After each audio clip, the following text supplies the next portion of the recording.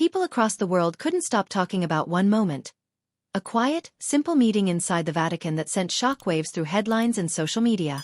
The newly elected Pope Leo XIV met with Catherine, Princess of Wales, and something happened that no one expected.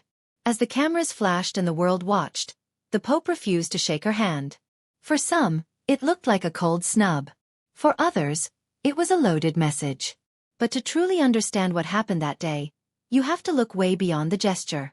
This wasn't just about manners or protocol, it was about centuries of power, faith, politics, and symbolism between two of the oldest and most influential institutions in the world: the Vatican and the British royal family. Most people don't realize just how tense and dramatic the history between the British monarchy and the Vatican really is. It goes all the way back to the 1500s, when a single royal decision changed the course of religion in England forever. At that time, England was loyal to the Roman Catholic Church, and the Pope's word was law. But King Henry VIII wanted a divorce from Catherine of Aragon, which the Pope refused to grant.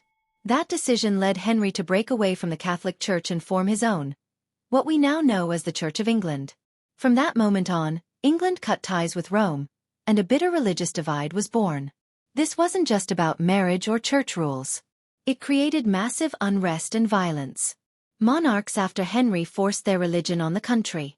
Catholics were hunted down, arrested, and sometimes executed for their faith. Being loyal to the Pope became almost treason. Even centuries later, this divide lingered. The British royal family kept its distance from the Vatican, and any formal connection between the two powers remained rare and carefully managed. That's why meetings between British royals and popes have always carried intense meaning. They aren't just polite visits. Every move, every word, even a simple handshake is packed with historical weight. When Queen Elizabeth II met Pope John Paul II in 1980, it marked a moment of healing. But even then, the Queen was still the head of the Church of England, a symbol that the split from Rome was still very real. Fast forward to the present day, and things have changed, but not entirely. The world is more modern and open-minded now, but the lines between Catholicism and Anglicanism haven't completely faded. The Pope is still seen by Catholics as the spiritual leader of all Christians, while Anglicans don't accept that authority.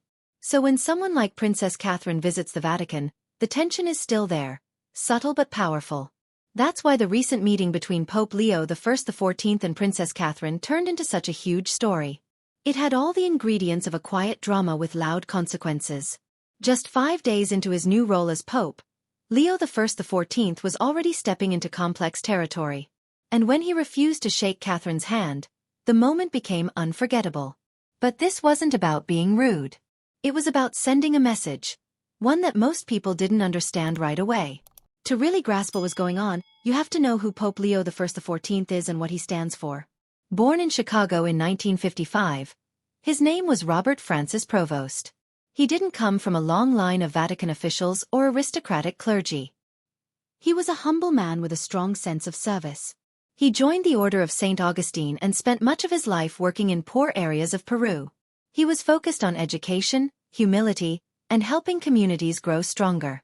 Unlike many high-ranking church leaders, he didn't seek fame or power. Even in Rome, where politics often play a big role in the church, he stayed true to his quiet, honest style. Before becoming pope, he served as bishop in Peru and later held an important Vatican job choosing bishops around the world. People respected him because he didn't chase influence. He just lived his faith. So when he was elected as Pope Leo XIV in 2025, it was a surprise. He became the first American-born pope, the first from North America, and the first from his religious order to hold that position. By choosing the name Leo, he honored past popes known for strength and stability. But from the beginning, he made it clear, he wasn't going to be a flashy pope. He lived simply, rejected fancy titles and luxury, and focused on rebuilding trust within the church. When Catherine arrived for their meeting, things already felt different. She flew in on a private plane, but without the formal setup that usually surrounds royal visits. There was no big ceremony, no grand entrance, just quiet diplomacy.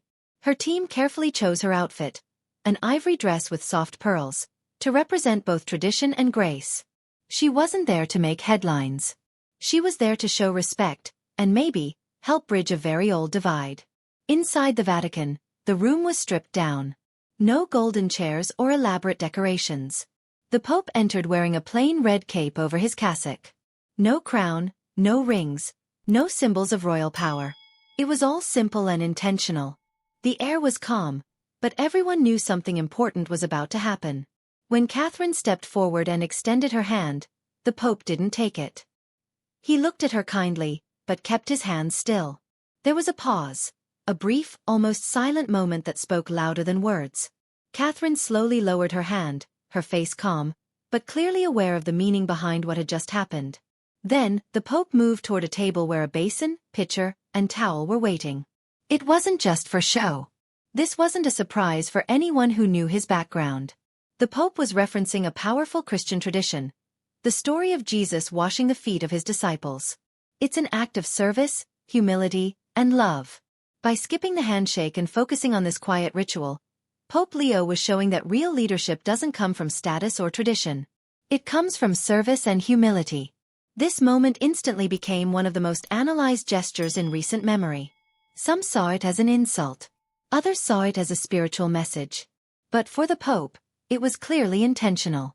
He wasn't rejecting Catherine as a person. He was rejecting the idea that power and ceremony define worth. He wanted to remind the world that real faith means serving others, not standing above them. And Catherine? She handled it with grace. There were no signs of offense or awkwardness. She didn't push back or try to force the moment. Instead, she stayed calm and respectful, which speaks volumes about her character. In a setting with no advisors, no rehearsed speeches, and no plan for how to respond, she acted with quiet dignity. This meeting wasn't just about two public figures. It was about what they represent. The British monarchy and the Vatican have walked parallel roads for centuries, sometimes crossing, sometimes avoiding each other, but never fully united. The handshake that didn't happen reminded the world that some boundaries still exist. Not out of anger or stubbornness, but out of history, faith, and identity. Pope Leo XIV has shown the world that he plans to lead differently. Since his election, he has rejected luxury and power symbols. He eats at plain wooden tables, sleeps on a simple cot, and prefers meeting with everyday people over posing for photos. His focus is on healing wounds inside the church, improving education for priests, helping the poor, and encouraging people from all backgrounds to talk and listen to one another. He wants the church to be a force for love, peace, and understanding, not politics or power. He also cares deeply about the environment, helping immigrants, and building bridges between different faiths. But he does all this without using fear or force. His belief is simple. Love works better than control. Catherine, on the other hand, is navigating her own complicated role.